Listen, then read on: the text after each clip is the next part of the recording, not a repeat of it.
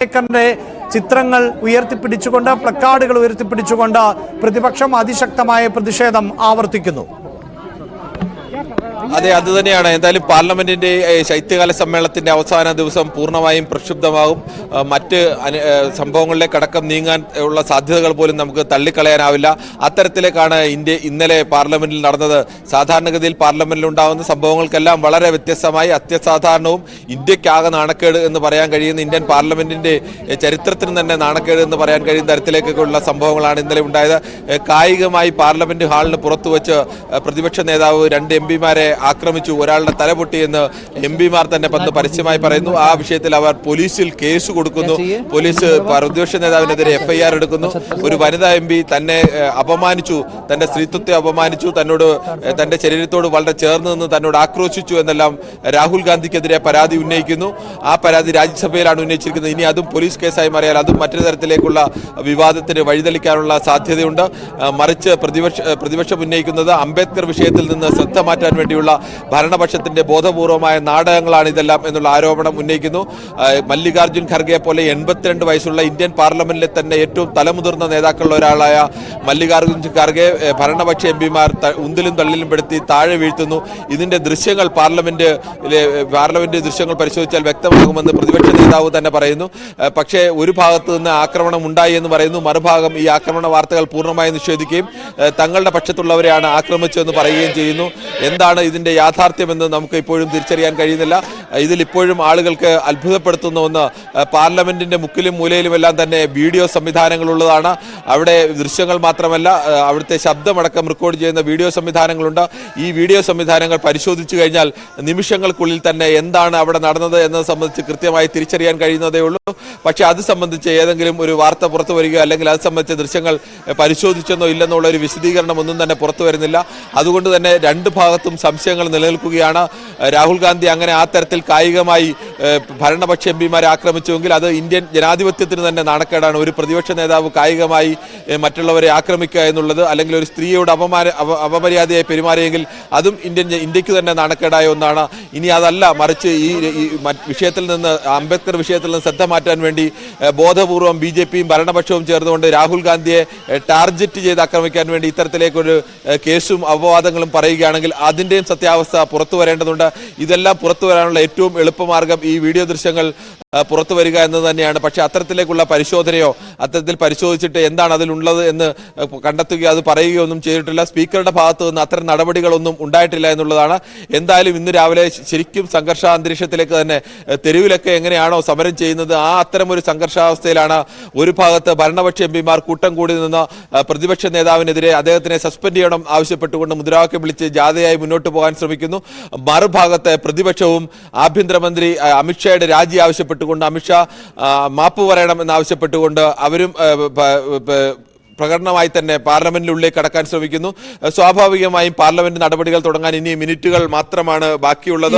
എന്തായാലും പാർലമെന്റിന്റെ ഇന്നത്തെ നടപടിക്രമങ്ങൾ ആരംഭിക്കാൻ മിനിറ്റുകൾ മാത്രമാണുള്ളത്. ഇപ്പോഴും വലിയ പ്രതിഷേധത്തോടു കൂടിയാണ് പ്രതിപക്ഷാംഗങ്ങൾ പാർലമെന്റിലേക്ക് പ്രവേശിക്കുന്നത് എന്നതാണ്. ഇന്നും അതേ പ്രതിഷേധം പാർലമെന്റിന്റെ ഇരുസഭകളിലും ഉയരുക തന്നെ ചെയ്യും എന്ന് വേണം നമുക്ക് മനസ്സിലാക്കാൻ. അതിനിടയിലാണ് പ്രതിപക്ഷ നേതാവ് രാഹുൽ ഗാന്ധിക്കെതിരെ നടപടികളുമായി പോലീസ് മുന്നോട്ട് പോകുന്നത്. BJP എംപിമാരായ ഹേമന്ത് ജോഷി, അനുരാഗ് ഠാക്കൂർ, ബാൻസുരി സ്വരാജ് എന്നിവർ നൽകിയ പരാതികളുടെ അടിസ്ഥാനത്തിലാണ് രാഹുൽ ഗാന്ധിക്കെതിരെ FIR രജിസ്റ്റർ ചെയ്തിട്ടുള്ളത്. അതിൽ കിരൺ സൂചിപ്പിക്കുന്നത് പോലെ ഇത്തരത്തിലൊരു മർദ്ദനം അവിടെ ഉണ്ടായിട്ടുണ്ട് എങ്കിൽ അതിന്റെ CCTV ദൃശ്യങ്ങൾ കൃത്യമായും ഉണ്ടാകും.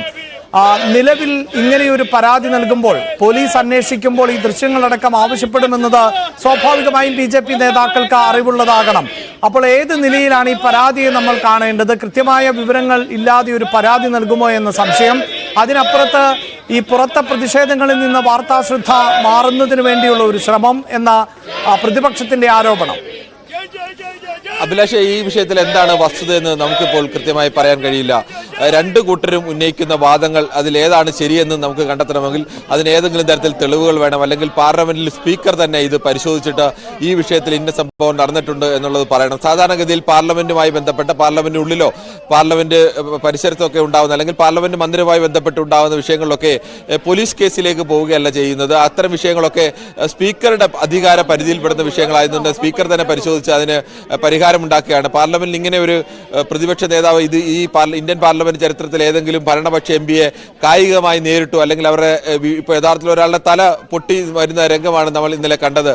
സാരംഗിയുടെ ഒറീസയിൽ നിന്നുള്ള BJP MP സാരംഗിയുടെ തല പൊട്ടി പുറത്തു വരുന്ന രംഗമാണ് കണ്ടത്. അത് രാഹുൽ ഗാന്ധി മറ്റൊരു MP യെ പിടിച്ചു തള്ളിയെന്നും അദ്ദേഹം സാരംഗിയുടെ ദേഹത്ത് വന്നു വീണാണ് തല പൊട്ടിയതെന്നും ഒക്കെയാണ് അദ്ദേഹം അവകാശപ്പെടുന്നത്. അത് ശരിയാണെങ്കിൽ അത്യന്തം ഗുരുതരമായ ഒരു കുറ്റം തന്നെയാണ്, അല്ലെങ്കിൽ ജനാധിപത്യത്തോടുള്ള അവഹേളനം എന്തൊക്കെ പറയാവുന്ന ഒരു കുറ്റം തന്നെയാണ്. ഇനി അതല്ല BJP ഇങ്ങനെ ഒരു കഥ മെനയുകയാണെങ്കിൽ അത് തൽക്കാലം ഈ വിഷയത്തിൽ നിന്ന് ശ്രദ്ധ മാറ്റാൻ വേണ്ടിയുള്ള ശ്രമമായി അതിനെ വ്യാഖ്യാനിക്കേണ്ടി വരും. എന്തായാലും ഇന്നലെ അംബേദ്കർ വിഷയത്തിൽ പ്രതിപക്ഷമായിരുന്നു, പ്രതിപക്ഷത്തിന്റെ ഭാഗത്തായിരുന്നു. ഒരു തരത്തിൽ പറഞ്ഞാൽ കൂടുതൽ സ്കോർ ചെയ്തിരിക്കുക എന്നൊക്കെ പറഞ്ഞാൽ അങ്ങനെയാണെങ്കിൽ പ്രതിപക്ഷമായിരുന്നു. ഒരു തരത്തിൽ വലിയ പ്രതിരോധത്തിലായിരുന്നു BJP നിന്നിരുന്നത്. BJP മറ്റ് അദാനി വിഷയം വന്നപ്പോഴോ സംബാൽ വിഷയം വന്നപ്പോഴോ ഒക്കെ കർഷക സമരം വന്നപ്പോൾ പോലും പ്രതിപക്ഷ ആക്രമണങ്ങൾക്ക് മുന്നിൽ അവരെ തിരിച്ചാക്രമിച്ചുകൊണ്ട് നിന്ന BJPക്ക് പക്ഷേ അംബേദ്കർ വിഷയത്തിൽ പിഴവ് പറ്റിയെന്ന് BJP നേതൃത്വത്തിന് തന്നെ ബോധ്യപ്പെട്ടിട്ടുണ്ട്. അതൊരു വലിയ വികാരമായി BJPക്കെതിരെ വരാനുള്ള സാധ്യത കൂടി കണ്ടിട്ടുണ്ട്. പ്രത്യേകിച്ച് അംബേദ്കർ എന്ന് പറയാതെ ദൈവം എന്ന് വിളിച്ചിരുന്നെങ്കിൽ നിങ്ങൾക്ക് സ്വർഗത്തിൽ പോകാൻ കഴിയുമായിരുന്നു എന്ന് പറയുമ്പോൾ അത് അംബേദ്കറെ അപമാനിക്കുന്ന രീതിയിലേക്കുള്ള ഒരു വൈകാരികമായ ഒരു വിഷയം കൂടിയായി ഇന്ത്യയിൽ അംബേദ്കറെ ആരാധിക്കുന്ന അല്ലെങ്കിൽ അംബേദ്കറെ വളരെ പ്രധാനപ്പെട്ട നേതാവായി കാണുന്ന വിമോചന പോരാളിയായിട്ടൊക്കെ കാണുന്ന വലിയൊരു വിഭാഗം ജനങ്ങൾ ആ തരത്തിൽ കാണാനുള്ള സാധ്യത കൂടിയുണ്ട്. ഇതെല്ലാം BJP തിരിച്ചറിഞ്ഞുകൊണ്ട് ചിലപ്പോൾ ഈ വിഷയത്തിൽ നിന്ന് ശ്രദ്ധ മാറ്റാൻ വേണ്ടിയുള്ള ബോധപൂർവമായ ഒരു നാടകമാണ് എന്നുള്ള കോൺഗ്രസിന്റെ ആരോപണമുണ്ട്. അതിനുള്ള സാധ്യത നമുക്ക് തള്ളിക്കളയാനാവില്ല. എന്തായാലും നമുക്ക് ഇതിൽ എന്താണ് യാഥാർത്ഥ്യമെന്ന് പുറത്തു നിൽക്കുന്ന നമുക്ക് പറയാൻ കഴിയില്ല. ഇത് പാർലമെന്റ് മന്ദിരത്തിനുള്ളിൽ വെച്ചാണ്. രണ്ടു കൂട്ടരും പറയുന്നു തങ്ങളെ പരസ്പരം ആക്രമിച്ചു എന്നുള്ള വിഷയം രണ്ടു കൂട്ടരും പ്രധാനമായി തന്നെ ഉന്നയിക്കുന്നുണ്ട്. അതോടൊപ്പം തന്നെ BJPയും ഇന്ന് അവകാശ ലംഘന നോട്ടീസ് രാഹുൽ ഗാന്ധിക്കെതിരെ നൽകിയിട്ടുണ്ട്. നേരത്തെ തന്നെ BJP MPമാരുടെ പ്രതിഷേധത്തിൽ അവർ പറഞ്ഞിരുന്നു BJP രാഹുൽ ഗാന്ധിയെ സസ്പെൻഡ് ചെയ്യണം എന്നുള്ള ആവശ്യം. ഒരു ഭാഗത്ത് പ്രതിപക്ഷ നേതാവിനെ സസ്പെൻഡ് ചെയ്യണം എന്നുള്ള ആവശ്യം ഉയർത്തിക്കൊണ്ട് ഭരണപക്ഷ MPമാർ പാർലമെന്റിന് പുറത്തും പ്രതിഷേധം ഉയർത്തുന്നു. സ്വാഭാവികമായും ഈ പ്രതിഷേധം പാർലമെന്റിനുള്ളിലേക്ക് വരും. ഇത്തവണ കണ്ട അത്യസാധാരണമായ ഒരു സംഭവം. സാധാരണഗതിയിൽ പാർലമെന്റ് ചരിത്രത്തിൽ തന്നെ എപ്പോഴും പ്രതിപക്ഷമാണ് ബഹളം വെക്കുന്നത്. ഭരണപക്ഷം ബഹളം വെച്ച് പാർലമെന്റ് തടസ്സപ്പെടുത്തുന്ന സംഭവങ്ങൾ അത്യപൂർവമായി മാത്രമേ ഉണ്ടായിട്ടുള്ളൂ. പക്ഷേ ഇത്തവണ ലോക്സഭയിലല്ല രാജ്യസഭയിലാണെന്ന് ഓർക്കണം. രാജ്യസഭ സാധാരണഗതിയിൽ ലോക്സഭയേക്കാൾ കുറെ കൂടി ഇത്തരം ചർച്ചകളിൽ നിന്ന് മാറി നിൽക്കുന്നതാണ്. ആ രാജ്യസഭയിൽ ഇത്തവണ സോണിയാഗാന്ധിക്ക് അമേരിക്കൻ വ്യവസായി ജോർജ് സോറസുമായി ബന്ധമുണ്ടെന്ന വിഷയം ഉയർത്തിക്കൊണ്ട് ജോർജ് സോറസിന്റെ മാധ്യമ സ്ഥാപനത്തിന്റെ സ്പോൺസർഷിപ്പിലാണ് സോണിയാഗാന്ധിയും രാഹുൽ ഗാന്ധിയും ചേർന്ന് ഇന്ത്യക്കും BJPക്കും നേരെ നീക്കങ്ങൾ നടത്തുന്ന ആരോപണം ഉയർത്തിക്കൊണ്ട് ഭരണപക്ഷ MPമാർ തന്നെ വലിയ ബഹളം ഉയർത്തുകയും പാർലമെന്റ് നടപടികൾ തടസ്സപ്പെടുത്തുകയും അതേ തുടർന്ന് പാർലമെന്റ് പിരിയേണ്ടി വരുന്ന സാഹചര്യവും ഒക്കെ ഉണ്ടായി, നിർത്തിവെക്കേണ്ട സാഹചര്യവും ഒക്കെ ഉണ്ടായിരുന്നു. ഇന്നും സമാനമായ അവസ്ഥയാണ് ഉയർന്നത്. ഒരു ഭാഗത്ത് ആഭ്യന്തരമന്ത്രി മാപ്പ് പറയണം, രാജിവെക്കണം എന്ന ആവശ്യവുമായി പ്രതിപക്ഷം, മറുഭാഗത്ത് പ്രതിപക്ഷ നേതാവിനെ സസ്പെൻഡ് ചെയ്യണം എന്നുള്ള ആവശ്യത്തിൽ അവകാശ ലംഘന നോട്ടീസ് നൽകിക്കൊണ്ട് ഭരണപക്ഷം.